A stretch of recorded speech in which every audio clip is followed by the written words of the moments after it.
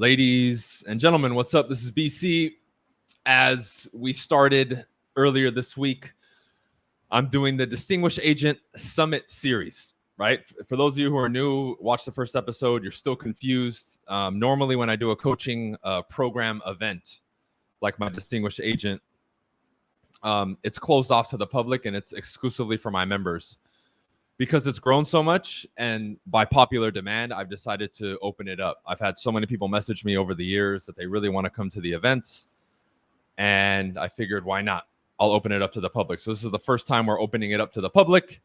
And I wanted to officially announce it and kick it off with this series. We brought on Jose on Monday. Now we have another special guest coming up here in a sec that I'm going to introduce and then let himself introduce himself. But these events are powerful. I have speakers from all walks of life coming, real estate, non-real estate. My website is in the description if you guys are interested in getting a ticket. If you cannot make it in person for whatever reason, you can get a virtual ticket, which we'll be selling unlimited spots of. But I really like these events. It's a way for the community to come together, for people to meet each other. And it's a great way for you to, in one event over 1 or 2 days, have the most impact, get the information that you need, and meet some key people. Because I can say over the last 10 years, attending a lot of these events have led to some of the best friendships, business partnerships, and opportunities that I've gotten in my life. So I'm going to bring my guest on now. You guys know him. As soon as I bring him on, this man requires no introduction. Chasten, what's going on, bro? What's up, man? How are you? Good, bro. Loving it. I'm happy that obviously that hurricane's missing Miami. I kind of feel bad for everybody in Central and the west side of Florida, but I'm happy that it kind of missed us and I don't have to worry about it, you know? But other than that, bro, things are on the up and up. I'm excited to have you here. I'm excited about the event. As you heard, right, I left EXP and joined another company, but that's the subject for another live. But yeah, you've been doing big things, bro. What's new with you? I know we talk pretty regularly, but what's been going on the last month or two? Yeah, man. I mean, just out here working hard on these businesses and super proud of the growth in my organizations, and brought on some new team members in a few of my other companies. Purchased a few homes in the last few months and cars, and finally got the car rental business going. So, really just leveraging those liabilities into assets, into cash flow, things like that. So yeah, just steady moving. I've luckily, well, I'll say I've scaled down a lot of, just the craziness that was going on, in the sense of I was working on a lot of stuff in the last 12 months. And I was like, all this is unnecessary. Put staff in place in all the different areas. And so now I'm able just to focus, which is why I've putting out more content lately and back on my original grind. So it's been a lot of fun. Yeah, it's been cool to watch, man, because just like I'm kind of doing, I've seen you do it a lot too, where you're dipping your toes in different things and not just real estate. I've been seeing you do like flips and investments. You mentioned the car rental business. Was there something that led to you opening those doors, or did it just kind of happen because right place, right time? What was that like? Because a lot of people typically in our space will only do or focus on real estate, whether it's teaching, selling, or investing. It's very rare that I see them go outside of that realm. Yeah, interesting with me, I'm the type of person, when I hear about something or I see something that sounds remotely attractive to me, I'm like, okay, how is that? How is it done? And I want to do it too. I don't really limit myself in what I'm able to do or what I want to do, even if I don't know how to do it. If I see something being done, I'm like, there's a way. And 10 different people can tell me, no, it's not possible. But I'm like, no, I saw that guy do it and I want to figure it out. So that's how things kind of came about. I mean, even with the investment properties, one person brought me an opportunity and I was just kind of like, why not?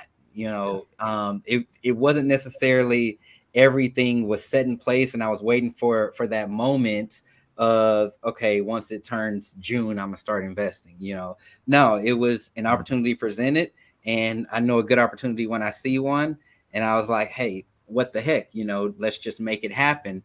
So that's how that came about. And I was, my car, for instance, I was starting to put a lot of miles on it, and I was starting to replace a lot of tires, going to these construction sites and properties, always running over a nail or something. And I was like, okay, I've been renting either box trucks or renting trucks to haul stuff here and there. And I was like, I just need to buy a bigger car. I need to buy an SUV.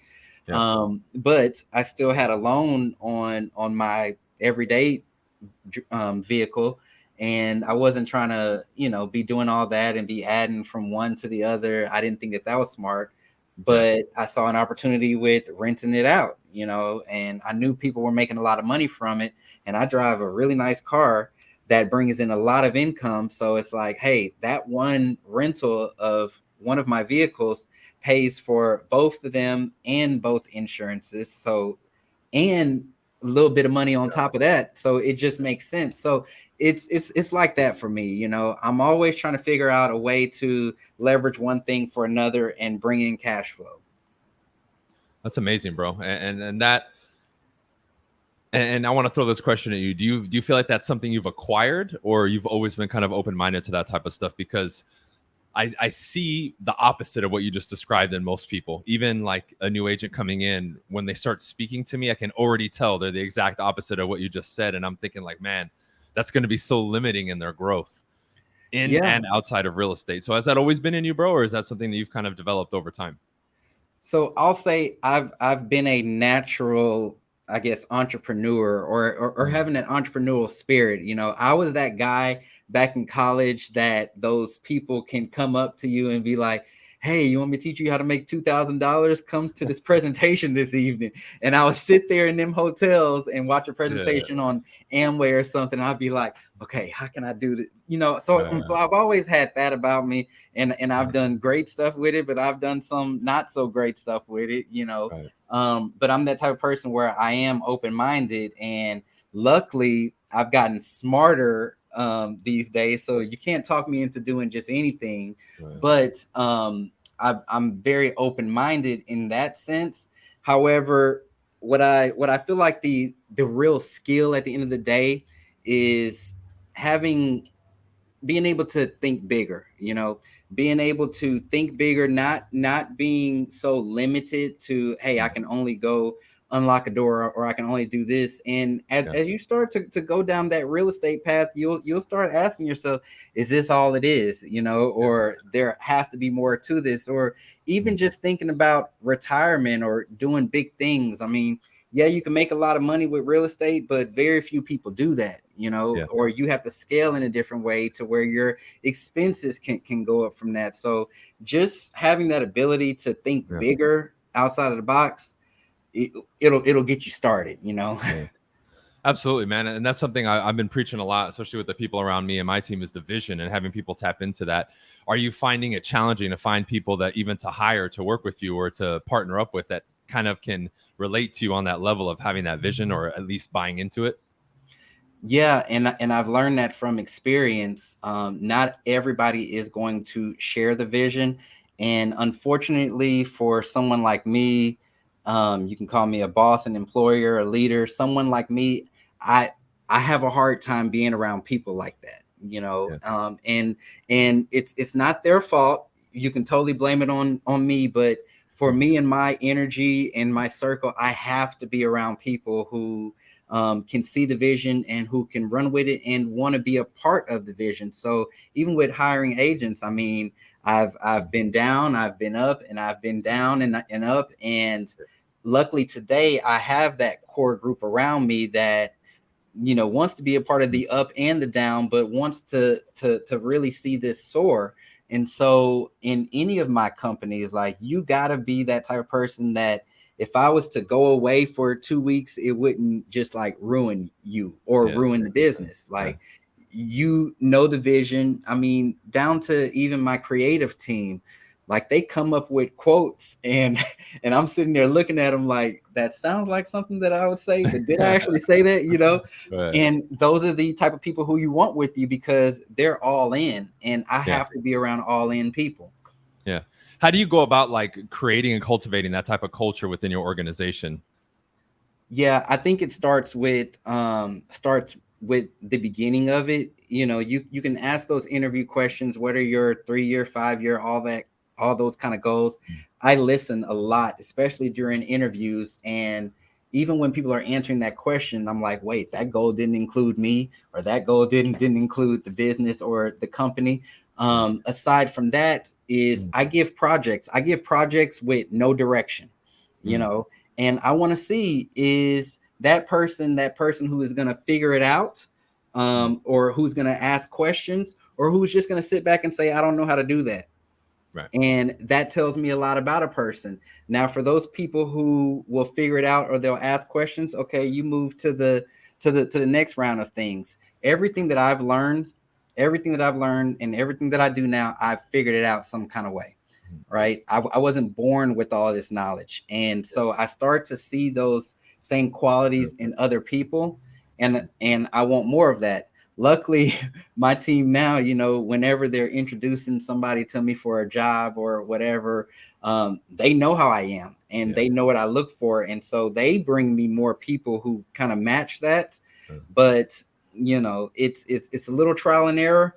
But eventually, through just different little psychological tests, you can see a lot. I love that, man, because you're putting people in a position where their true character is going to shine. And their true self will be revealed and they can't hide it. And then from there, you can assess, hey, you're a fit or you're not. That's great, bro. So one thing I have to ask, bro, and this has been an observation of mine. You're one of the few people that I've seen that's gone viral on TikTok without dancing. How did you do it? You know, TikTok is a different animal. Well, it's a lot different from, I think, when we first got introduced to TikTok. And it's changing. It's changing a lot. I found a niche and I ran with it. Is that something you embrace right away? Because, like, dude, you're somebody who's doing big things on social media. Is that like an opportunity that you saw right away that kind of helped you? Because I remember some private conversations that we had about, you know, the direction that you wanted to take things and what you wanted to focus on. Did it tie in with that, or was it kind of from the beginning? I said, yo, I'm getting on TikTok or Instagram, and I'm really just going to take this thing to the top.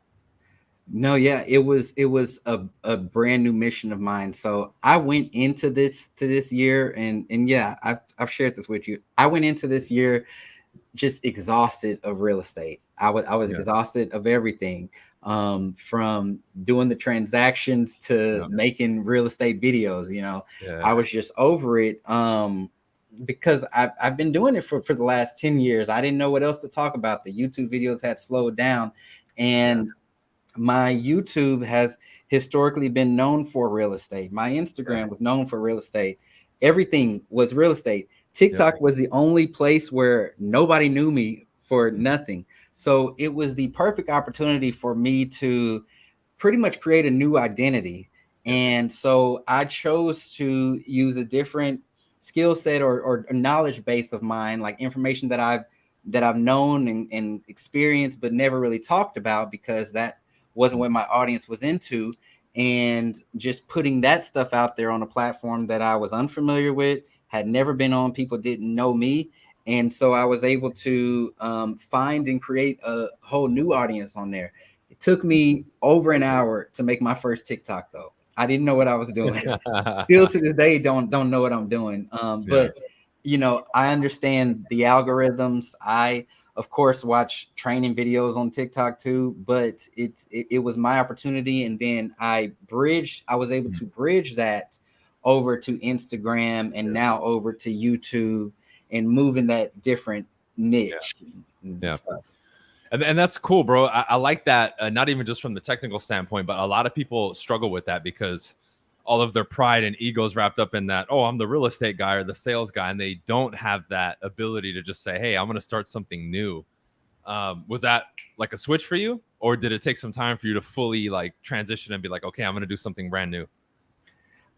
It wasn't an overnight switch for me. No, I was in that place last year, or I'll say for the last 2 years, where I was letting my mind get to me, you know, like, do I do this? Are people gonna listen to me? And just all in my head on it.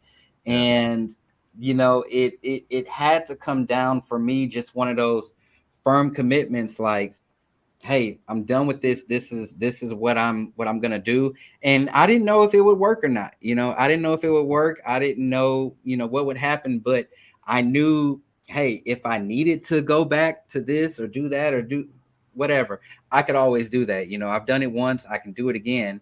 And at the end of the day, the business is still there, but there was nothing in me that was still hesitant about it. I didn't feel the need to retreat anymore, and so I just took it and ran with it. It was one of those moments like when you make up your mind about something, it's made up, and Yeah. you just move forward.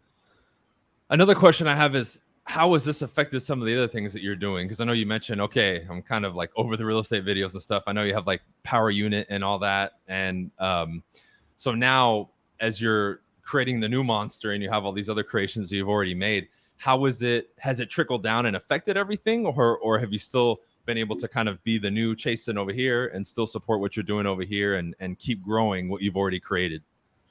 Yeah, good question. I would say it hasn't really affected much, or it hasn't been as bad as I thought it would be last year and the year before when I was thinking about it. Of course, there are those people who still hit me up for real estate, this, that, and the other. And luckily, I have those products, I have those offers available, and I didn't completely take away every offer for real estate. However, what I did do was change my messaging to where, yeah, hey, you can come to me for real estate, but we're really on this financial literacy as a whole. Real estate is one component of it. Even within Power Unit, real estate is one component of it, but you're going to learn all four of our areas.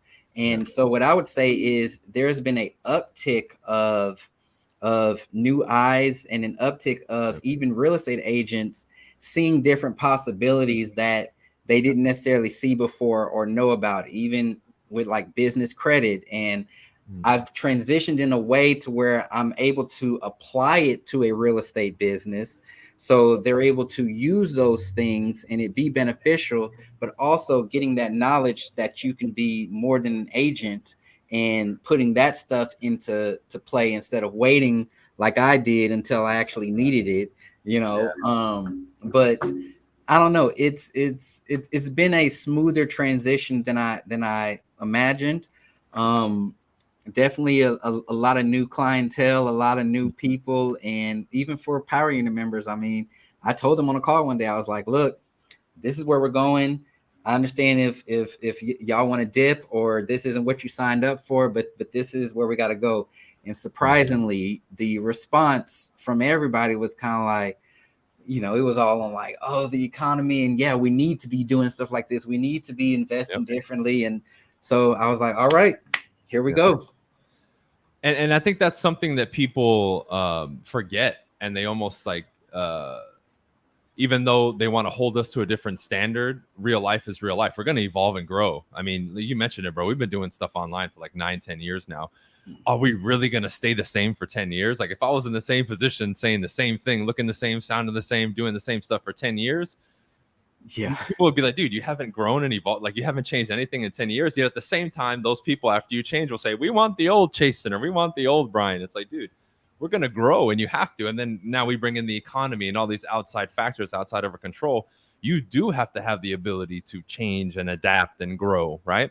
So the fact that you're doing that, I think, is amazing. But it shows, even with your core group that stayed with you, that, hey, you're attracting the right people. And by you kind of opening the doors to other avenues, it kind of reminds me of the stuff that I started doing years ago, where I just started showing people different stuff that I was involved in and that I was doing. Because I was at that time, 6-7 years ago, I'm like, dude, I'm tired of just talking about real estate. Like there's so much more to my life about me than just, hey, I make calls. Hey, I go door to door, And when you share it online, because I want to ask you that question, bro, it's interesting because you share it and it's you, but then you always have those thoughts like, are people going to watch? Do they care?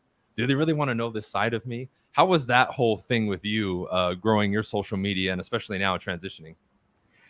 Yeah, so with the transition, views definitely went down on certain types of videos. So, because I was doing a lot of vlogging with the investment stuff, and so I wasn't getting as many views on there. However, I also had to make a transition with my strategy on YouTube. Like, YouTube is putting a big focus into shorts. And so I saw that as a huge opportunity to reintroduce myself with my new Miles a Million identity, reintroduce myself in the financial literacy world through YouTube Shorts. And so it's been interesting to see the comments, because in the comments you have this like blend of people, like new people who are like, this is amazing and thank you for sharing this. Then like, the haters, oh, you should just stick to this, or they want to tell you how to do this, that, and the other. And I'm like, well, are you doing it? And then there are those people who have been there for a while, and they all leave comments like, oh, I'm so proud of you. Oh, I've seen how far you've come, and this and that. And I'm like, okay, I'm not just doing this for your entertainment. Like, I want you to apply this stuff. Like, you could be proud of me, but I want you to use it. But luckily for me, I learned a long time ago to not get consumed in the comments and the views and the this, that, and the other, because at the end of the day, it's gonna reach who it needs to reach. And I've never been a viral sensation on YouTube or anything like that.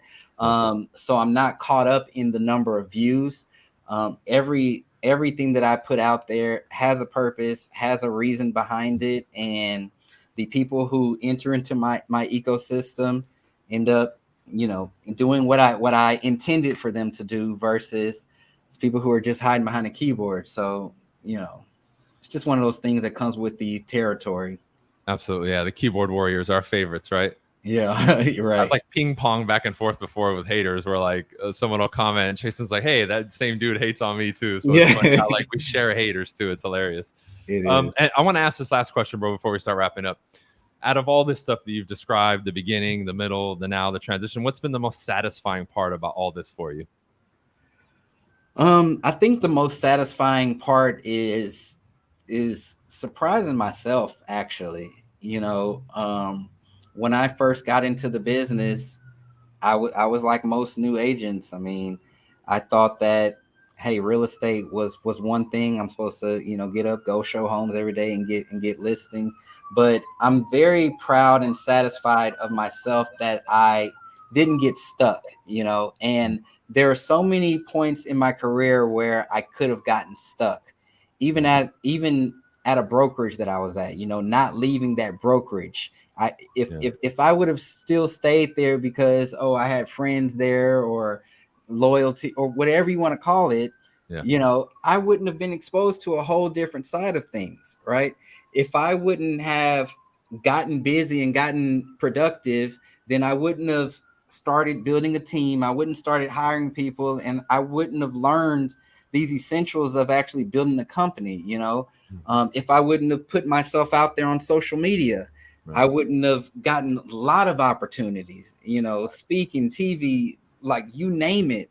And so I'm proud of stepping outside of my comfort zone in all these different areas, because I'm not a natural born speaker, not a natural YouTuber, not a natural business person. These were all outside of my comfort zone.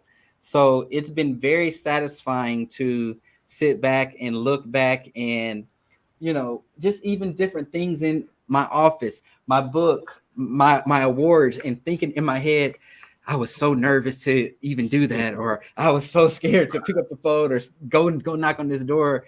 And literally all of that was out of not being comfortable in discomfort and uncomfortable situations, but I did it, and that's been very satisfying. I love that, man. What a great response. So you're going to be one of the featured speakers at the Distinguished Agent Summit, right? As per the series. Do you have anything in mind that you can share with the audience about what you're going to cover at the event, or are you going to wait until the last minute like I do to decide what you're going to speak on? I'm literally going to wait till I'm in the Uber headed to your event to figure. But no, I mean, I'm gonna bring the heat though, and I always speak from the heart, speak from experience. Try to bring value, and I know it's going to hit the right people. And I love your audience. I love all the people there. I've gotten to know some of them, and yeah, you got good people and great speakers that attend your events too. Great speakers that speak at your events. Yeah, we love having you, bro. Anything you want to promote? Anything you got coming up that you want to shout before we wrap up?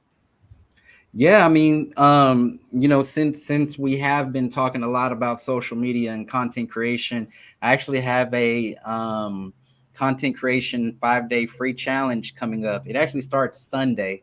So, but there's still time to register. It's completely free for 5 days. I'm gonna be going deep into growing on social media, and this is perfect for beginners. If you have no experience, don't know where to start. I'm gonna be going into it. A lot of the mindset tactics, things that I've done here even recently to create a new identity and put myself out there in a different way. Going to be doing it completely free. You can register at the number 5, so 5daycontent.com. And yeah, start Sunday. Love it, bro. Cool. Thanks for coming on, bro. Appreciate you. If you guys didn't know, I've had Chasen at literally virtually almost every single Modern Success event, even pre-COVID-19, if we can even say that anymore, right? Yeah, and we love having him. Chasen's a cool dude. He's probably one of maybe of a handful of people I met through social media that I talk to regularly and that I actually like. Right? I'm saying that on camera. Most people I've met online don't like him. Right, so. Right. Cool. All right, my dude. Appreciate having you. I'm going to stay on here for a few more minutes, dude, but I'll be hitting you up after the show. All right. Sounds good. See you soon. Later, bro. Appreciate you. So, wrapping up another Distinguished Agent series episode. If you guys want to see Chase and me and these other speakers, it's in the description. I'll type it again. You can go to briancasella.com and grab your tickets. VIP will get you a private dinner one of the nights and some extra bonuses. You have the regular in-person ticket, and you can also tune in virtually. Everybody will get a recording of the event. If you come in person, you'll get some extra bonuses like a shirt and some other swag and some other bonuses that we'll give you. But as always, we'll continue the series leading up to the event. It's November 5th and 6th in Columbia, South Carolina. All the details are at briancasella.com. Shout out to Chasen. Thank you for coming on. Signing off on this episode, y'all. Peace.